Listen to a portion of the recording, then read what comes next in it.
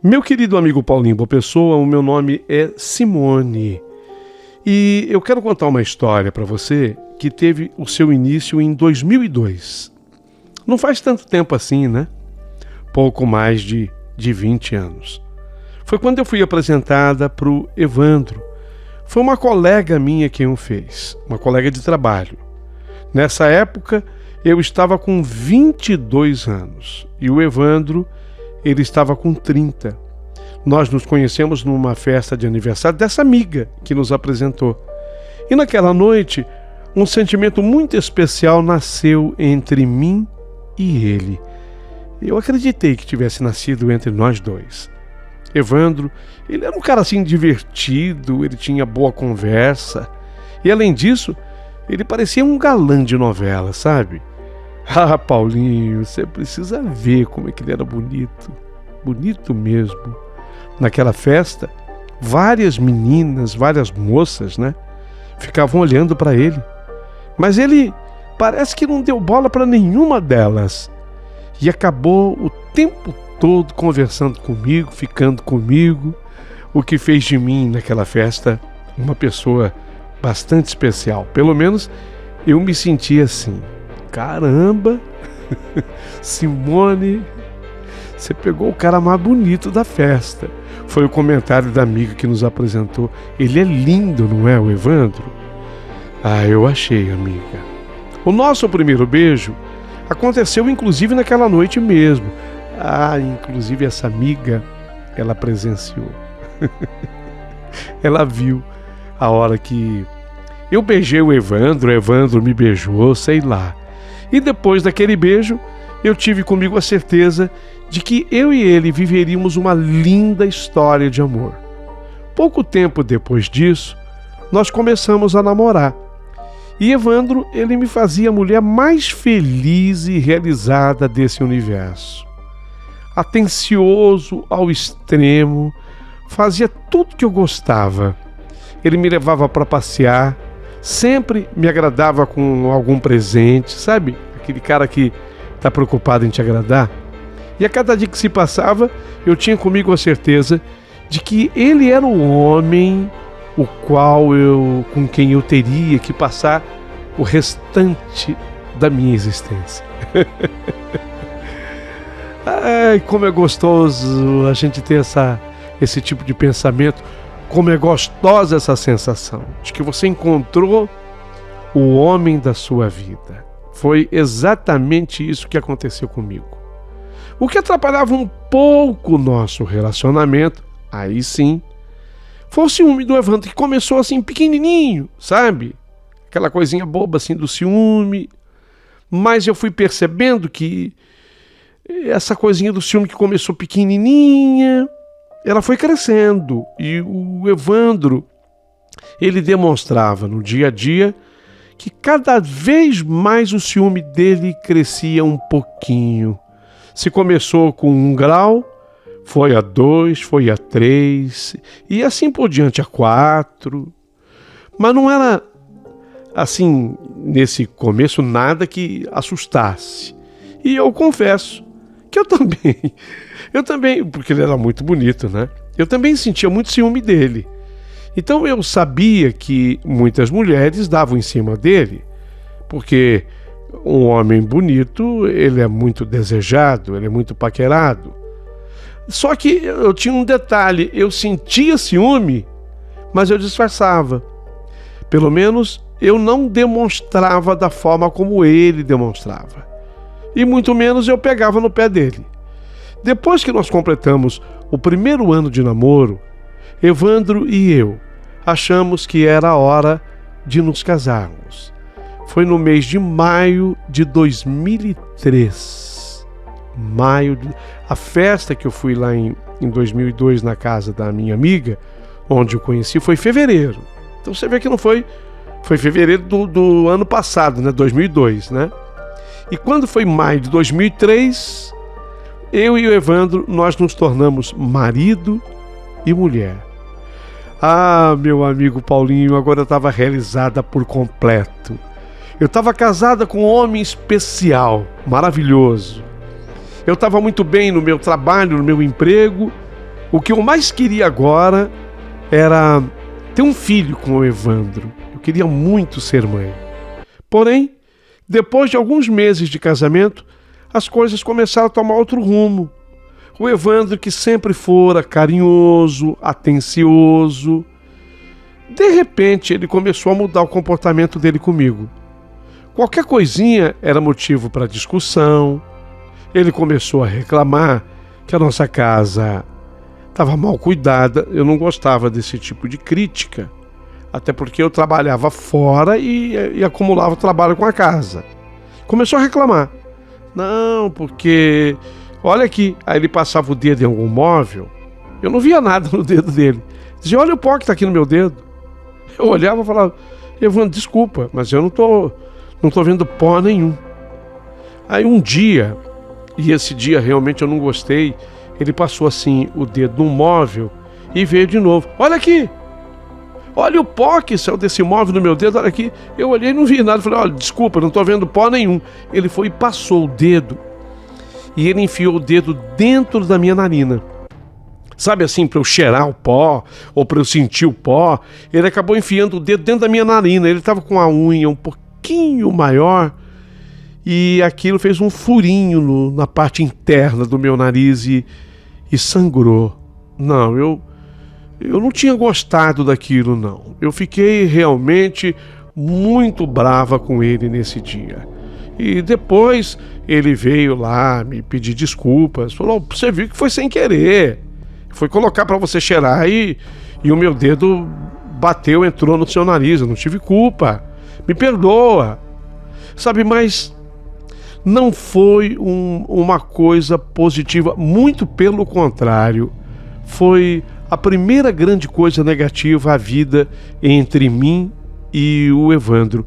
Não era um bom sinal. Todo mundo que escreve para você, eu sinto que às vezes se preocupa com essa coisa do sinal. Realmente, aquele era um sinal de alerta. Outra coisa, o Evandro, o ciúme dele havia realmente crescido mais e ele reclamava quando eu conversava com alguma amiga minha, inclusive aquela que nos apresentou.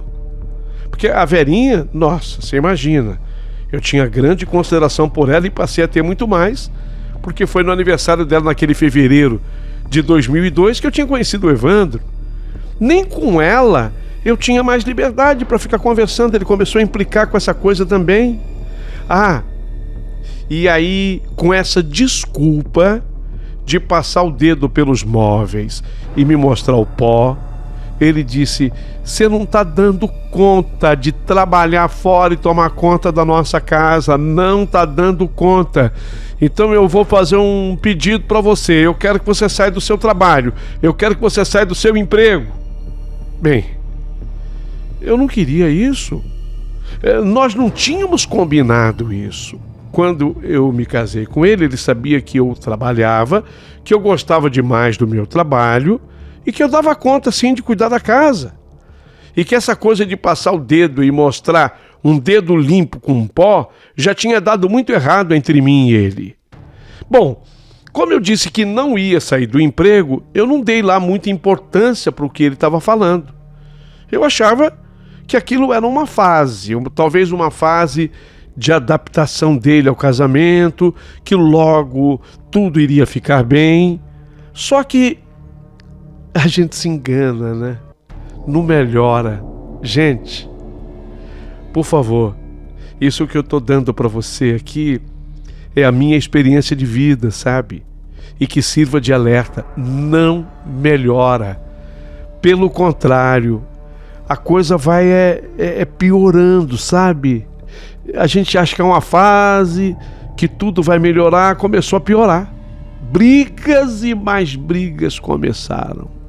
Xingamentos, humilhações. E eu comecei a perceber que aquele casamento bonito e tão bem planejado, tão cheio de sonhos, de repente o casamento, sim, começou a ficar empoeirado. Não era o móvel da nossa casa, onde ele passava aquele dedo inventando que havia poeira. Não, o pó havia se impregnado nas entranhas do nosso relacionamento, do nosso casamento. Começou a degringolar o relacionamento. E foi aí que eu decidi fazer uma coisa para ver se eu conseguia salvar tudo, melhorar tudo. É aquela ânsia, né? Bate em mim, e você pode ter certeza que há muita mulher, Paulinho, te ouvindo agora, que bateu nessas mulheres também a mesma ânsia. Você quer melhorar? Você fala, não, eu não posso deixar. Tão lindo o relacionamento, tanto amor entre mim e ele, eu não posso permitir que isso ocorra. Só que, de que forma que eu tentei melhorar? Atendendo o principal apelo que ele me fazia. Quando ele passava o dedo no móvel e me mostrava com uma poeira que não existia, vinha logo a frase: você tem que sair desse emprego. Não está dando para você continuar trabalhando e cuidando da nossa casa, não está bem cuidada. Eu sabia que o pó não existia. O pó já tinha dado muita confusão. Eu sabia que ele queria que eu saísse do emprego e era por ciúme. Então eu, tentando melhorar, com aquela ânsia de querer melhorar, eu saí do meu emprego. Era um banco, gente. Eu trabalhava num banco. Eu não vou falar a instituição, porque a instituição não tem culpa nenhuma disso. Mas era um banco muito bom, sabe? Muito bom. Eu tinha prêmios nesse banco. Eu estava sempre recebendo prêmios. Eu estava crescendo a minha profissão. Eu estava legal dentro do banco. Eu estava ocupando um cargo bacana e estava prestes a ser promovida. Um dos diretores lá do banco já havia passado o recado para mim. Falou: olha, ô Simone, você vai ser a próxima. A próxima promoção agora que vai sair é a sua. Gente de Deus, eu, na ânsia de querer melhorar o meu relacionamento, larguei isso tudo. Larguei o emprego no banco, larguei a promoção. O diretor, ele me telefonou no dia. Ele não fica na agência, o diretor não ficava naquela agência. Ele me ligou, falou: o que é isso? Você não pode se demitir. Já te avisei, vai ser tua promoção, você vai melhorar teu ganho. Mas eu achava que nenhum outro ganho lá fora poderia compensar o fracasso de um lar. Sabe, é uma coisa que eu tinha aprendido. Meu pai falava isso sempre para mim: nenhum sucesso do mundo exterior compensa o fracasso de um lar. Essa frase dita tantas vezes pelo meu pai, de certa forma, me fez a cabeça. Eu agradeci demais ao diretor.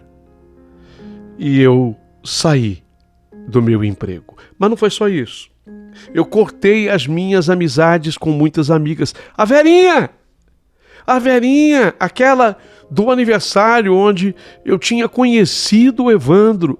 Com ela, eu tive que cortar as nossas relações, pelo menos em 70%, porque a gente se falava praticamente diariamente. Ele falou: não, você tem que cortar, até porque ela continua solteira e não dá certo. Sabe aquele preconceito tolo de dizer que amizade de mulher solteira não dá certo com mulher casada? De onde tiraram isso? Isso é machismo. Isso é um ciúme absurdo. Quem foi que disse isso? Por que não dá certo? Amizade é amizade. As mulheres, por favor, depois me ajudem nos comentários. Porque pode ter certeza que virá alguma outra mulher aqui nos comentários dizendo que não, tá certo isso aí. Não tá certo mesmo essa coisa. Porque a mulher, ela tem que entender que nós fazemos também o papel do machista. Nós. Entende? Tem gente que vai concordar. Eu já escutei, eu estou dizendo isso porque eu já escutei de mulheres da minha própria família. Realmente ele tinha razão. Não dá certo a amizade de uma mulher casada com uma moça solteira. Mas por quê? Que estupidez é essa? Qual é o problema de uma mulher casada ter uma amizade com uma moça que seja solteira? De onde tiraram essa história? De onde tiraram esse absurdo? Bem, desculpa, viu, Paulinho, o desabafo, mas eu tive que cortar também as minhas amizades. Tudo era ânsia para que meu casamento com o Evandro desse certo. Então a minha vida teve uma guinada, a minha vida mudou completamente. Aí, até para ele dizer que ele estava certo, aí ele passava o dedo nos móveis e falava: agora sim, falei, agora tá tudo limpinho, ó, não tem pó nenhum, já não havia pó nenhum. Ele apenas estava querendo justificar uma atitude que ele me fez tomar, mas nem assim eu posso culpá-lo, nem assim, porque no fundo, quem tomou a atitude fui eu. Então eu era a principal responsável. Mas assim mesmo, eu acreditava que agora tudo pudesse voltar a ser como antes. Voltaríamos a ser felizes como éramos, porque eu estava fazendo tudo que o Evandro queria que eu fizesse. Cheguei a esse ponto. Tudo que ele queria eu fazia. Nas primeiras semanas, eu consegui notar um contentamento no Evandro desde o dedo passado no móvel. Mas esse contentamento tinha um certo ar de soberba por parte dele, como se ele estivesse cantando vitória. Porque mesmo o móvel que ele ia elogiar, que estava limpo e sem pó, ele dizia: tá vendo como é que eu tinha razão? Tá vendo? Tá vendo, Simone? Você não dava conta mesmo. Eu tinha enxergado isso e você não tinha enxergado. Eu sempre trabalhei, gente, desde os meus 16 anos de idade. Eu não estava habituado a ficar só dentro de casa. Não é que eu não gostava. Sabe, não é aquela coisa, eu não gosto de ficar dentro de casa. Quem é que não gosta? Todo mundo gosta. Mas eu me sentia inútil, porque, sinceramente, eu sou muito rápido em tudo que eu faço. Eu não sou de embromar. Então, quando dava mais ou menos 2 da tarde, eu não tinha mais o que fazer na minha casa, estava tudo certinho, estava tudo limpo. O que eu vou fazer? Como é que eu vou preencher esse tempo? Eu comecei a sentir falta daquele meu trabalho, sabe? Eu me via presa dentro de casa. Na verdade, eu tinha conseguido fazer tudo pela manhã, às vezes de manhã, durante o período até 11, meio-dia, eu tinha terminado tudo. E agora, o que eu faço? O que eu faço com a minha tarde? Então, eu comecei a sentir muita falta do trabalho. Ao contrário do que eu imaginava, Evandro, ele volta a ser quem ele era. Porque a pessoa não muda. Não era o meu trabalho. Não eram as minhas amizades, era ele. Como é que eu ia mudar um homem mudando a mim? Gente, absurdo. Como é que você vai mudar uma outra pessoa mudando a si própria? Não, isso está errado.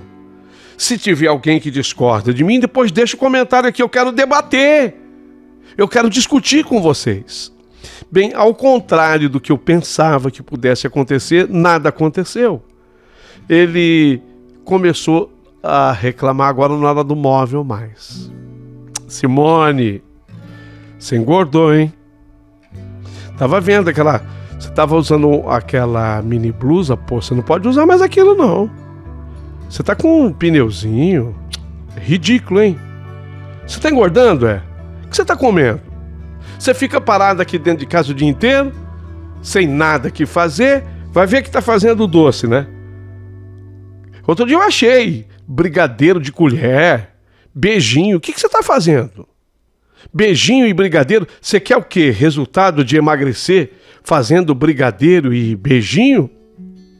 Simone, você se cuida. Gente, piorou. Agora não era o pó, agora era a minha gordura, agora eu estava enfeiando, agora eu tinha esquecido do meu cabelo, agora eu havia esquecido de me depilar. Isso foi me cansando, sabe? Isso foi batendo lá na minha cabeça, batendo lá no meu coração. Eu fui vendo que eu estava sendo muito maltratada. Qual é a mulher que quer ser chamada de feia? Ele chegou a usar essa expressão. Você está ficando feia, você era tão bonita, Simone. Você está enfeiando. Também beijinho, brigadeiro, ninguém suporta. Não, quem não estava suportando mais era eu. Eu não estava aguentando mais. E tem uma hora que você explode. Quando explodir, nós tivemos uma briga feia. E nessa briga feia, lembram quando ele enfiou o dedo no meu nariz e sangrou? Nesse dia, não foi isso que ele fez. Ele me deu um murro.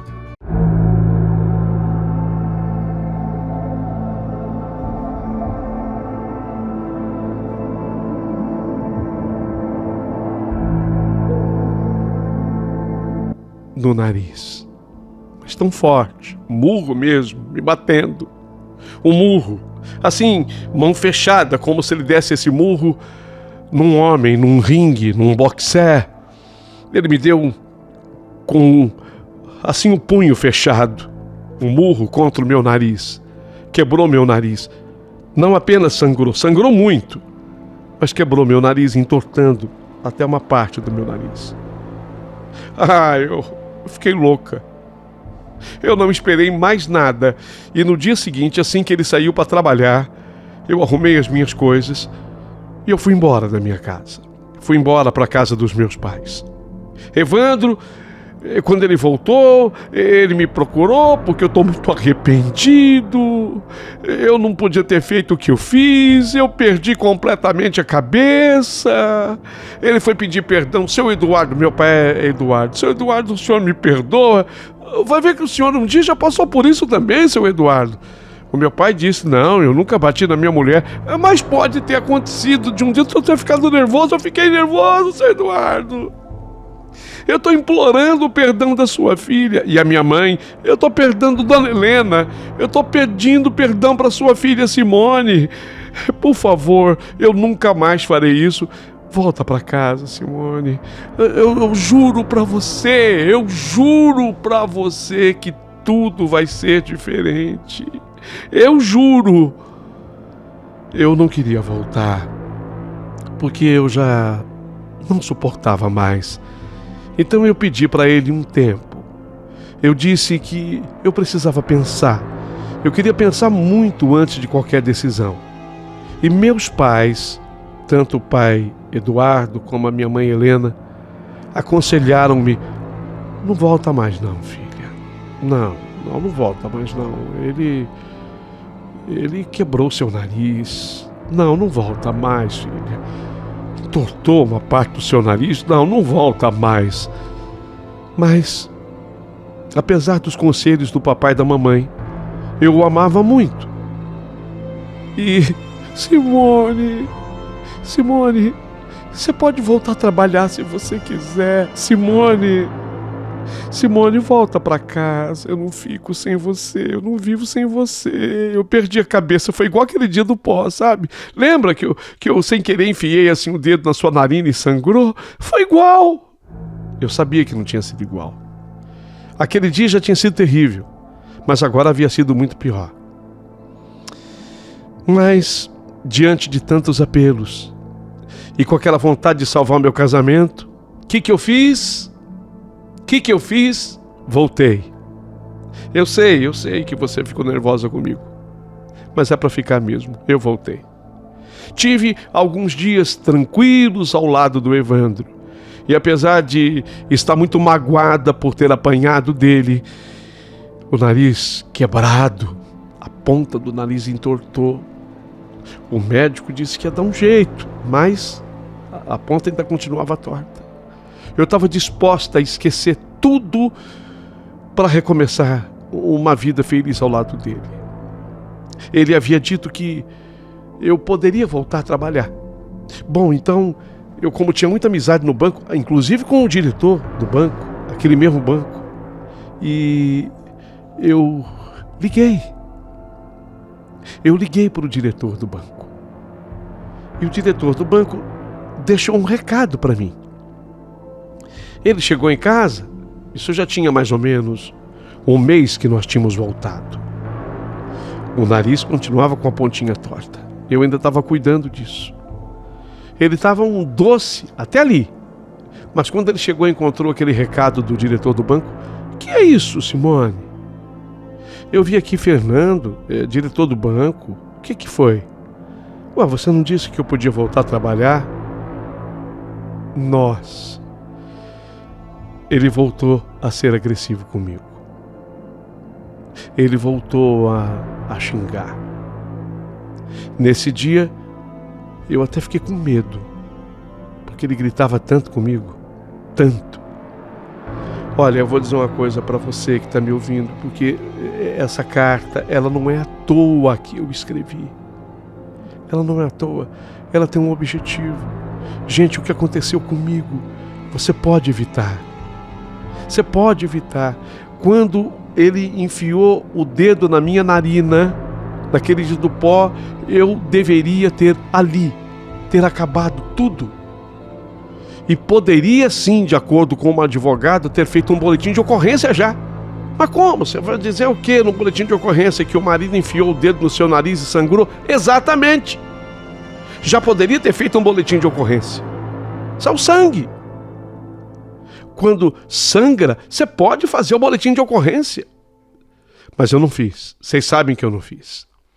Bem, então essa carta, ela tem o objetivo de ser um alerta para vocês todos que estão ouvindo, e principalmente para vocês todas que estão ouvindo, viu, mulheres? Ele voltou a ser agressivo comigo quando ele viu o recado do Fernando, o diretor do banco. Doutor Fernando, nada do que eu fazia de novo estava bom. Aquela conversa de que eu poderia voltar a trabalhar, falsa, mentirosa. Numa noite nós começamos a discutir de novo. Bobagem, besteira. Besteira não, eu queria voltar a trabalhar. Havia sido uma promessa dele. Evandro não parava de gritar comigo.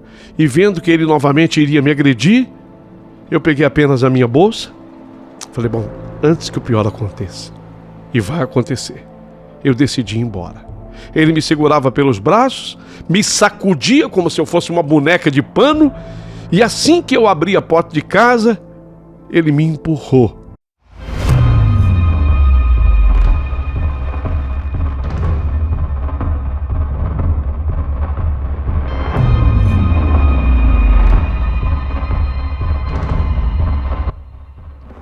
Tem uma escada para sair de casa de mais ou menos uns 8 degraus.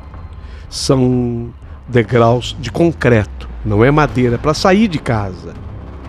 Ele me empurrou dali, naqueles 8 degraus.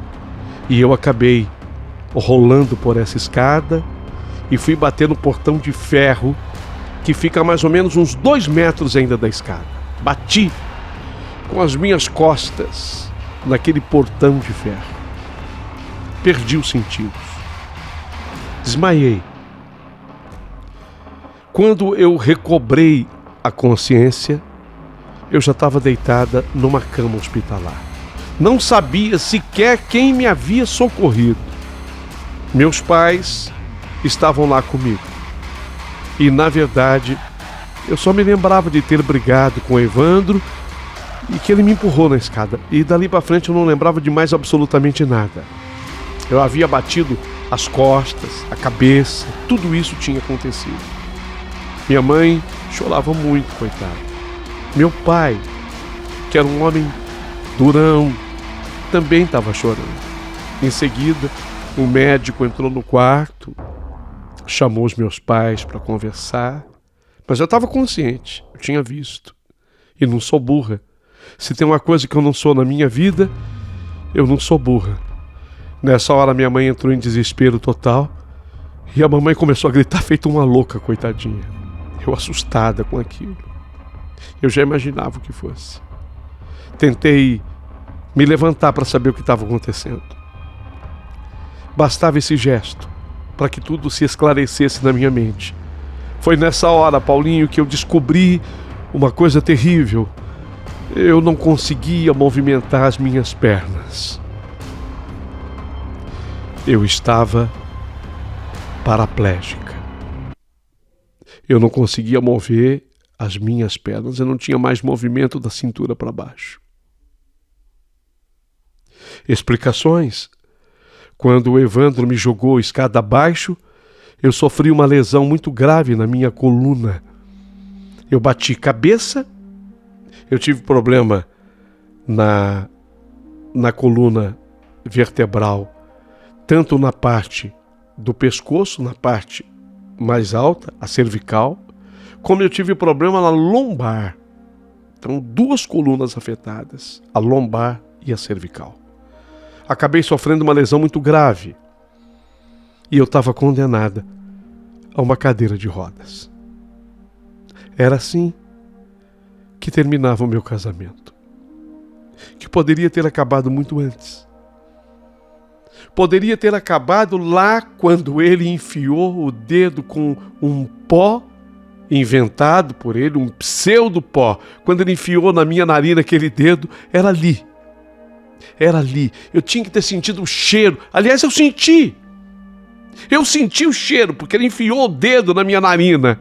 Sangrou. Naquele dia, Deus esclareceu para mim. Pronto, Simone, você sentiu o cheiro. Chega. Chega, para. Não.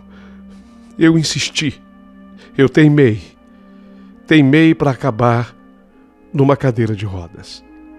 Passei por algumas cirurgias, muita dor, muito sofrimento, muita terapia, mas tudo em vão, porque a lesão era irreversível. Evandro, depois disso, fugiu. Fugiu feito um rato. Meus pais o denunciaram, ele passou a ser procurado. Até hoje não se sabe do paradeiro desse monstro. Até hoje. Toda a minha alegria de viver, todo o meu sonho de ser feliz do lado daquele homem que eu amava. Eu tenho vergonha de falar isso, sabia? Mas é uma realidade, dela não posso fugir. Toda aquela alegria, lógico, havia acabado, e de uma maneira tão trágica. Hoje, quanto tempo depois, né? Ai, meu Deus do céu. Quanto tempo depois, tantos anos. Daquela menina que tinha 22 lá em 2002. Eu tinha 22. Hoje eu sou uma mulher prestes a completar 45. Farei esse ano 45 anos. Disso tudo, uma coisa muito boa. Fernando, o diretor daquele banco, me recontratou por uma função onde pude me adaptar com a cadeira de rodas. O que facilitou para isso é que toda empresa hoje tem uma cota para cumprir de pessoas deficientes.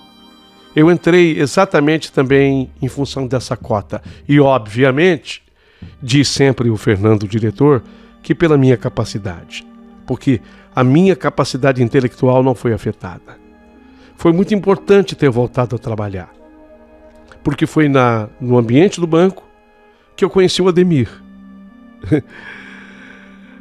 Vocês vão ficar admirados, porque o Ademir, ele também tem uma deficiência. O problema dele é no braço esquerdo. Um completa o outro. Ele anda por mim e eu digo que eu abraço por ele. Esse é o lado positivo. E eu queria destacar, porque as suas histórias que eu acompanho, meu amigo Paulinho Boa Pessoa, por mais trágicas que elas possam ser, elas sempre deixam uma lição, um lado bom. Esse é o lado bom. Ademir e eu, um completando o outro. O lado extremamente negativo, eu nem preciso dizer qual é. Mas também nele há uma coisa importante que tem que ser dita. E é isso que eu quero gritar aos 4 cantos do mundo. Não admita nem meia vez além da primeira agressão. Não importa quem seja o homem. Não, mas ele é o mais lindo. Não, mas ele é o homem que mais me amou. Não, mas ele é o homem que mais me fez feliz. Não importa. Diante da primeira agressão, diante do primeiro sinal de agressão, não importa. Acaba. Eu senti o cheiro naquele dia. Ele enfiou o dedo indicador na minha narina.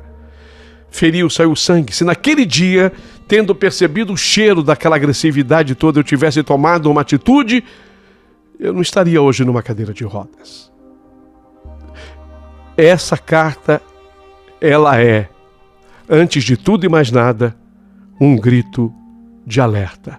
Quero debate, quero comentários, eu quero ver de que maneira essa carta chegou até você. Por favor.